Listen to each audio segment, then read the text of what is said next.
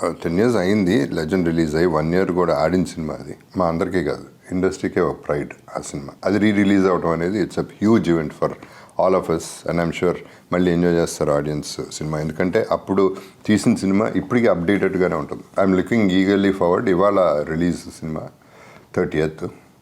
So let's all hope for the best. నేను జనరల్గా ఫంక్షన్స్కి రావట్లేదు, బయటికి వెళ్ళట్లేదు అనేది అందరికీ తెలుసు. కానీ దీనికి వద్దామనే, నిజంగా మనస్ఫూర్తిగా వద్దామని అనిపించింది. ఎందుకంటే నాకు ఇష్టమైన సినిమా, నాకు చాలా చాలా హెల్ప్ అయిన సినిమా అది.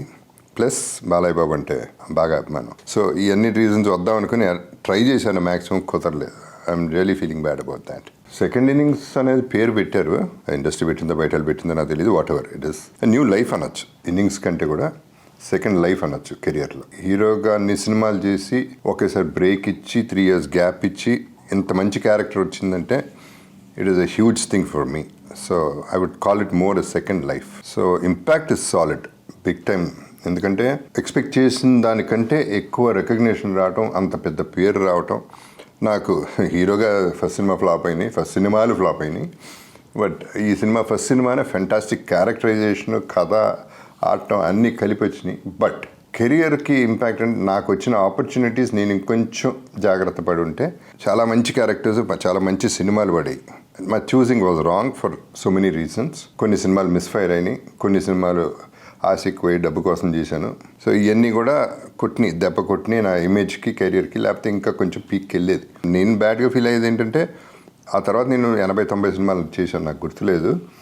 ఆ 80-90 సినిమాల్లో గుర్తుండేవి ఒక 6 మ్యాక్సిమం. శ్రీమంతుడు వచ్చింది, చాలా మంచి క్యారెక్టర్, పాజిటివ్ క్యారెక్టర్, చాలా మంచి క్యారెక్టర్. రంగస్థలం వచ్చింది, అరవింద సమేత వచ్చింది. ఇట్లా కౌంట్ చేయాలంటే 5-6 కంటే ఎక్కువ కనపట్లేదు. I could not use legend, ఇంకా ప్రాపర్గా యూజ్ చేయలేకపోయాను నేను. ఆ డిస్సాటిస్ఫాక్షన్ ఉండిపోయింది నాకు. ఎందుకంటే లెజెండ్లో ఇచ్చిన dimensions of characterization and different moods set చేసి ఒక పీక్కి తీసుకెళ్ళినాక నా చాయిస్ రాంగ్ అయింది. So I cannot blame anybody, it's my mistake. Actually ఈ సినిమాకి ఇంకో నంది జాయిన్ అవ్వాల్సింది. ఈ నందిలో 8th నంది అనౌన్స్ చేశారు, పేరు అనౌన్స్ చేశారు లెజెండ్కి. ఫైనల్ ఫంక్షన్ చేయలేదు, అవార్డు రాలేదు. Just wanted to inform you that. I would have been proud to have that award with me. Challenges ఏం లేవు, బికాజ్ క్లారిటీ ఉంది, డైరెక్టర్ క్లారిటీ ఉంది. Ramprasad DOP, he does a very good job. దానికి clarity ఉంది. ఎప్పుడైతే director clarity ఉందో artist clarity ఉంది. ఒకటే మెంటలీ కొంచెం ఉంటుంది ఎవరికైనా, నాకు ఉంది. అన్ని ఏళ్ళు హీరోగా చేసి ఇప్పుడు ఇంకో హీరోకి యాంటాగనిస్ట్గా చేయాల్సి వస్తుంది.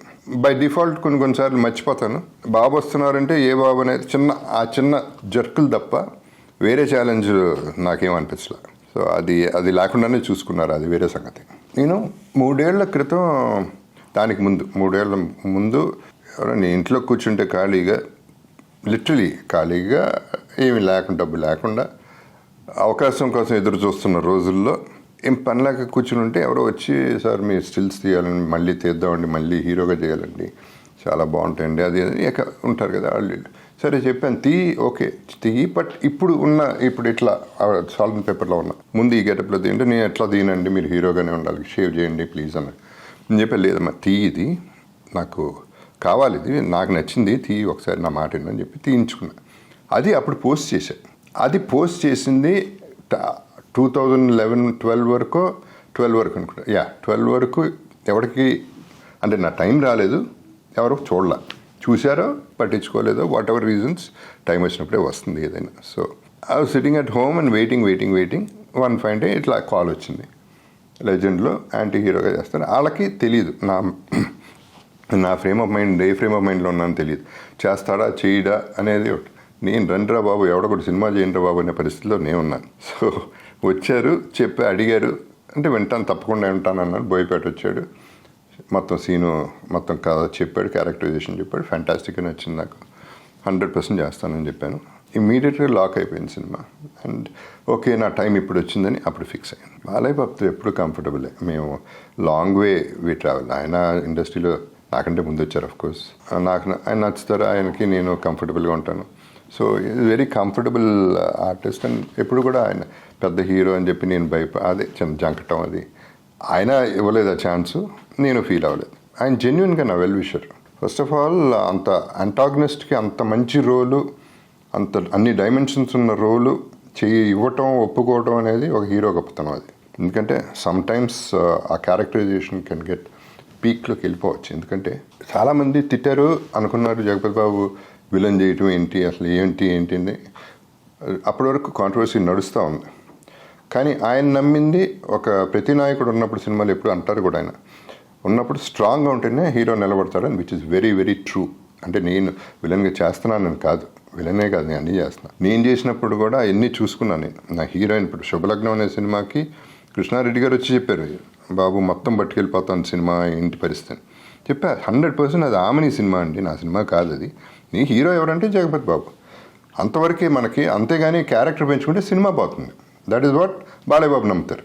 ఎందుకంటే అన్ని పిల్లర్స్ కావాలి, ఒక పిల్లర్తో నిలవదు బిల్డింగ్, ఒక పిల్లర్తో నిలబడుతుంది కాబట్టి ఇబ్బంది మనకి. సో ఇది ఆయన దగ్గరుండి ఇది యాంటాగనిస్ట్ ఇలా ఉండాలి బాగుంది అని ఎంకరేజ్ చేసింది ఆయనే. వేరే సినిమాలో ఆయన సినిమాలో నన్ను అడిగితే నేను విన్నాను, తక్కువే ఉంది క్యారెక్టర్, చేస్తానన్నాను. బాలయ్య బాబు ఓకే చేద్దాం, నాకు బాగుంటుంది అని ఓకే అన్న. ఆయన వరకు వెళ్ళిన తర్వాత చాలా గట్టిగా రియాక్ట్ అయ్యారు. ఏంటిది ఇట్లా జగపతి బాబుని క్యారెక్టర్ పెట్టడం ఏంటి, ఆయన ఏంటి అసలు, ఆయన వాల్యూ ఎవరికి తెలియట్లేదు, ఆయన ఎట్టా వాడుకోవాలో కదా తెలియట్లేదు, ఇష్టానికి వాడుకుంటున్నాడు ఎవడు పడితే వాళ్ళు. ఆ లెవెల్ ఆఫ్ యాక్టింగ్ కానీ ఆయన స్టేచర్ కానీ ఎంత ఉందని ఒక గట్టిగా ఒక క్లాస్ పీకి వద్దు, ఆయన ఉండటానికి వీల్లేదు, వేరే వాళ్ళని పెట్టండి అని చెప్పేసి ఆయన అంటే as a well wisher. So అసలు ఆ తర్వాత బాలయ్య బాబుతో ఫోన్, ఆయన నా బర్త్డేకి విష్ చేయడానికి ఫోన్ చేస్తే నేను చెప్పాను, ఏంటండి సినిమాలను తీశారు నన్ను అన్న. భలేవాడు, అదేంటది ఆ సినిమా నువ్వు చేయటం ఏంటి, ఆ క్యారెక్టర్ నువ్వు చేయటం ఏంటి, సినిమా బాగుంటుంది ఓకే, ఆ క్యారెక్టర్ నువ్వు చేయటం సరిపోదండి మీరు అన్న. మీరు అంటారు పాప ఆయన, మీరు సరిపోరు, అది చేయడానికి వీళ్ళది, అది లెజెండ్, మనం ఏంటి అది ఇది అని చెప్పి మంచి సినిమా బ్రహ్మాండమైన క్యారెక్టర్ చేసుకుందాం. నేను ఉనే జోక్ చేస్తున్నానండి, నాకు తెలిసి మీరు వెల్ విషర్గానే చెప్పారని. సో అని ఆయనతో అంత మంచి ర్యాప్ ఉంది ఆయనతో. సో ఆయనతో I'm very very comfortable. DSP I always like them as person. Music fantastic okay, అది accepted by everybody in the world. But నాకు బాగా నచ్చుతాడు మనిషి, ఎందుకంటే honest, straightforward and very talented.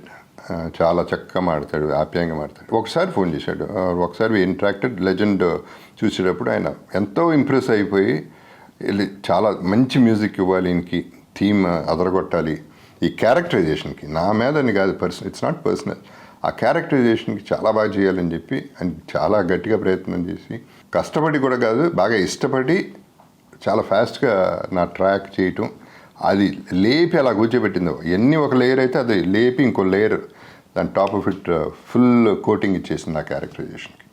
So I'm very happy with. వాళ్ళు ఆ సినిమాని అంటే చాలా ప్యాషనెట్గా 100% అన్ని సినిమాలు చేస్తారు, బట్ ఈ పర్టికులర్ సినిమా చాలా ప్యాషనెట్గా చేశారు, చాలా ఎక్సైటెడ్గా చేశారు, చాలా ఖర్చు పెట్టారు, బడ్జెట్కి మించి ఖర్చు పెట్టారు. అఫ్కోర్స్ వచ్చినాయి డబ్బులు. అండ్ అనిల్ గారు, సాయి గారు ఇద్దరు వచ్చి రెమ్యునరేషన్ మాట్లాడి, so that was a very good remuneration. అప్పుడు నాన్నగారు బ్యాక్గ్రౌండ్ అయి ఉండొచ్చు, నాకు మరి వాళ్ళకి అవసరం అయి ఉండొచ్చు, వాట్ ఎవర్ రీజన్స్. అంటే నేను ఒక స్టేజ్లో నేను అడిగాను, బడ్జెట్ ఏంటండి ఎక్కువైపోతుంది ఏంటంటే, లేదండి సినిమాకే కదా, పర్లేదండి అంటా ఉన్నారు. సో అంత ప్యాషనెట్ పీపుల్ వాళ్ళు. సీను చెప్పా కదా, డెఫినెట్గా నేను పీక్ ఆఫ్ డెస్పరేట్ సిచ్యువేషన్లో ఉన్నప్పుడు లెజెండ్ అనే సినిమా బోయపాటి తీసుకురావటం, చాలా వరకు హోంవర్క్ సీను చేశాడు. నేను ప్రిపేర్ అయిపోయాను, నేను చేసేసాను, ఇప్పుడు చేశాను అన్న. ఓన్లీ థింగ్ నా లుక్ లక్కీగా అది అట్లా సెట్ అయింది, లుక్ సెట్ అయిపోయింది. డ్రెస్సులు నా ఇంట్లో డ్రెస్సులు వేసుకున్నాను, అవి కూడా సెట్ అయిపోయినాయి. సో అవన్నీ వర్కౌట్ అయిపోయినాయి. అంటే ఇన్ని డైమెన్షన్స్ ఉన్న క్యారెక్టర్కి ఫస్ట్ సినిమా అనేది నాకు ప్లాట్ఫామ్ వేసింది సీను. సో ఆ అవకాశాన్ని మ్యాక్సిమం వాడుకోవాలని చాలా కమిటెడ్గానే చేశాను ఆ సినిమా. అండ్ దాని ఫలితం అలాగా. సీను బ్యూటీ ఏంటంటే తను కూర్చుంటాడు, హార్డ్ వర్క్ చేస్తాడు, నమ్ముతాడు, నమ్మిన తర్వాత కమిట్మెంట్ పూర్తిగా మూర్ఖంగా ధైర్యంగా వెళ్ళిపోవటం. ఇంకా అది ఒక ఆర్టిస్ట్కి చాలా ఈజీ. సో నా communication with the director and me was very simple. నా ఉద్దేశంలో more than everything else, communication of ice, language of ice between a director and the artist is a love story. అలాంటి love story అనేది కరెక్ట్గా connect అయితే అర్థమైపోతుంది ఆర్టిస్ట్కి ఏం కావాలి డైరెక్టర్కి అని. అది తను యాక్టింగ్ చేసి చూపిస్తాడు, ఎక్స్ప్రెషన్స్ అవన్నీ చాలా ఇదిగా చేశాడు. So of course is a very good director and అది ప్రూవ్ చేసాడు. ఫెంటాస్టిక్. ఆ సినిమా, ఆ పర్టికులర్ సినిమా ఇంకా బాగా ఆడటం. నాకు బోర్ కొడుతుంది. చూసాం, చేసాం. సినిమా ఆడే సినిమాలకి ఫంక్షన్ చేస్తారు, ఆడని సినిమాకి కూడా ఫంక్షన్ చేసి సూపర్ హిట్ అంటారు. అవన్నీ నా వల్ల కాదు. సూపర్ హిట్లు ఆడని. సో ఒక ఫంక్షన్కి వెళ్ళి నేను మాట్లాడకుండా ఇంకో ఫంక్షన్లో మాట్లాడితే జడ్జ్మెంట్ వచ్చేస్తుంది. క్లియర్గా చెప్పాడు అంటే, జగపతి బాబు చెప్పాడంటే ఛాన్సెస్ ఒక చిన్న బయాస్డ్ ఒపీనియన్ వస్తుంది. పైగా నాకు బోర్ కొడుతుంది సరే, నేను చావలేను, పోగొట్టాలి అన్ని. నా మొహంలో కనపడిపోతుంది ఈ బోర్ కొడుతుంది, ఫంక్షన్ పాడైపోతుంది. ఎందుకు అవసరమా అంతా? సో ఊరినే వెళ్ళి దాన్ని నేను మూడ్ పాడు చేసుకుని, నా టైం నేను పాడు చేసుకుని, అందరికీ నాకు బోర్ కొడుతుందని చూపించి, నా ఫేస్ చూపించి, ఇవన్నీ అవసరం లేదనిపించింది నాకు. ఇన్ఫ్యాక్ట్ నాకు చిన్న సినిమాలు చేయాలని చాలా ఉంది. ఎందుకంటే వాళ్ళు కమిటెడ్గా చేస్తున్నారు, కొత్తగా ఉంటున్నాయి సినిమాలు. నా బ్యాడ్ ఏంటంటే ఐఎమ్ పూర్ రిచ్ మ్యాన్ అంటాను నేను. సినిమాలు పెద్ద పెద్దవి ఉన్నాయి ఓకే, బట్ ఆ సినిమాలు జరగట్లేదు. షూటింగ్లు పోస్ట్పోన్ అవుతూనే ఉంటాయి. ఆ సినిమాలు ఉన్నాయి కదా అని వేరే సినిమాలు రావట్లేదు. అమ్మో జగపతి బాబు పెద్ద సినిమాలు చేస్తున్నాడు, ఇంకోళ్ళు ఇంకా అమ్మో చాలా ఎక్కువ తీసుకుంటున్నాడు, మనం వెళ్ళాము, ఇట్లా కొన్ని వస్తుంది. ఈ పోస్ట్పోన్ అవడం వల్ల నాకున్న సినిమాలు ఊడిపోతున్నాయి. బట్ నేను అటు ఇటు కాకుండా అయిపోయాను. So that is how miss అవుతాను. ఇంతకు ముందు కూడా 2-3 సార్లు అన్నారు జగపతి బాబు అయిపోయాడు, జగపతి బాబు లేడు, ఇక అది ఇది అని ఒక స్టేజ్లో నేను అనుకున్నాను. నిజమే, లెజెండ్కి వచ్చే ముందు 2 months ముందు. బట్ మళ్ళీ వచ్చా. సో నేను ఎక్కడికి పోను. What I'm trying to say is, వెళ్ళినట్టు వెళ్తాను, మళ్ళీ వస్తూనే ఉంటాను.